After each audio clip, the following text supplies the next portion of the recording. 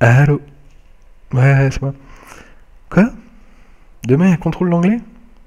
Non. Et sur quoi? Il a pas dit? Sur quoi? Sur? Bin? Quoi? Ça n'a aucun rapport, qu'est-ce que tu me fais là? Non, ça peut pas être ça. Sur? Répète? Bing! Qu'est-ce que tu fais là? Qu'est-ce que tu me dis? Je comprends rien. Parle plus clairement là. Bing! Ah oui, ça je veux bien. Ça je veux bien. On révise quoi du coup? Ok, comment il se construit? Comment on l'utilise?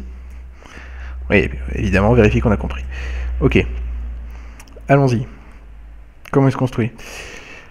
Suffit de conjuguer le verbe être, be, à la bonne personne, et de rajouter ing à la fin du verbe de la phrase.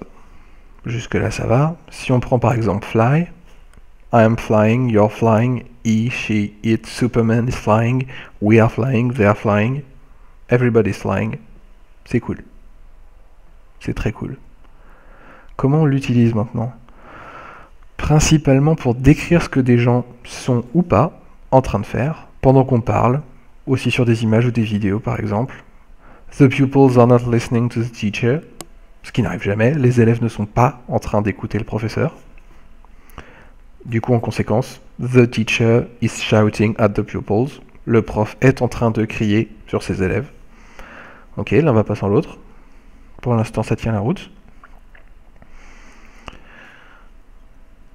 Oula, c'est pas un temps, be plusing. C'est ce qu'on appelle en anglais un aspect. Cette structure, l'aspect, ça permet en l'occurrence d'insister sur le fait que l'activité, le verbe qu'on conjugue dans la phrase, il est, était ou sera en train de se dérouler. Du coup, si on reprend mon axe des temps, l'activité qu'on va conjuguer au temps présent avec l'aspect be plus ing, elle est là. Elle a un tout petit peu commencé dans le passé, elle va continuer un petit peu dans le futur, mais elle est en train de se dérouler. Par exemple, I am taking a shower.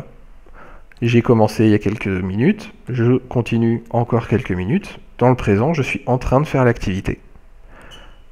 Be plus ing. On peut l'utiliser à tous les temps, parce que c'est un aspect. Du coup, le présent simple, ça devient le présent be plus ing, on appelle ça aussi le présent progressif. Prétérit simple, ça devient le prétérit be plus ing, prétérit progressif.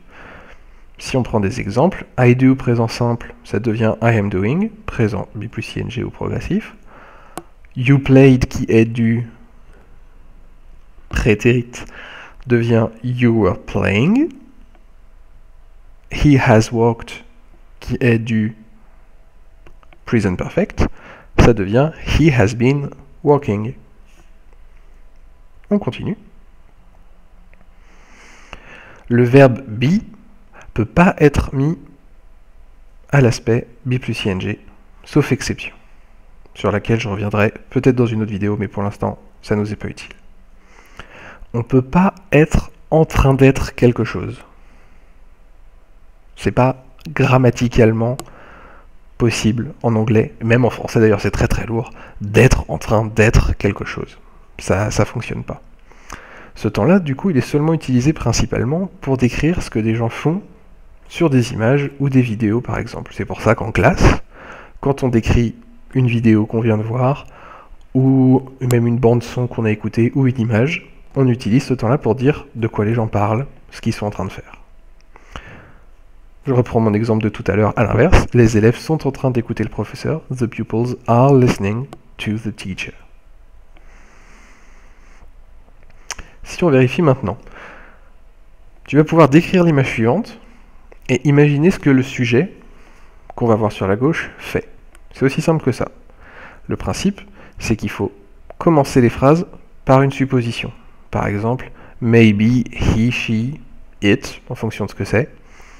Ou perhaps, qui est un synonyme, he, she, it. On va voir en fonction de ce que c'est. Alors, bear, en vocabulaire, normalement, là. Malgré ça, je vais en donner d'autres, pour que vous puissiez faire les verbes. Qu'est-ce qu'il est en train de faire? Alors vous pouvez imaginer, sinon le vocabulaire peut vous aider. Est-ce qu'il est en train de tomber, fall, de sauter, jump, de plonger, dive, de glisser, maladroitement, slip, glisser volontairement, ça peut par exemple être slide. Si vous voulez imaginer dans quoi il saute, vous pouvez parler de quelque chose de gelé, frozen, l'adjectif. Je vous laisse réfléchir. Je vais vous donner une possibilité de réponse dans quelques secondes. Vous pouvez bien sûr pauser la vidéo le temps de faire votre phrase. Il n'y a pas une réponse possible, on est en train d'imaginer. L'important c'est pas d'avoir la bonne réponse, ce qu'il est en train de faire, l'important c'est de faire une phrase qui soit correcte. Alors, une possibilité. Maybe the bear is jumping in the water. Peut-être que l'ours est en train de sauter dans l'eau. Ma phrase, grammaticalement, évidemment, elle est bonne.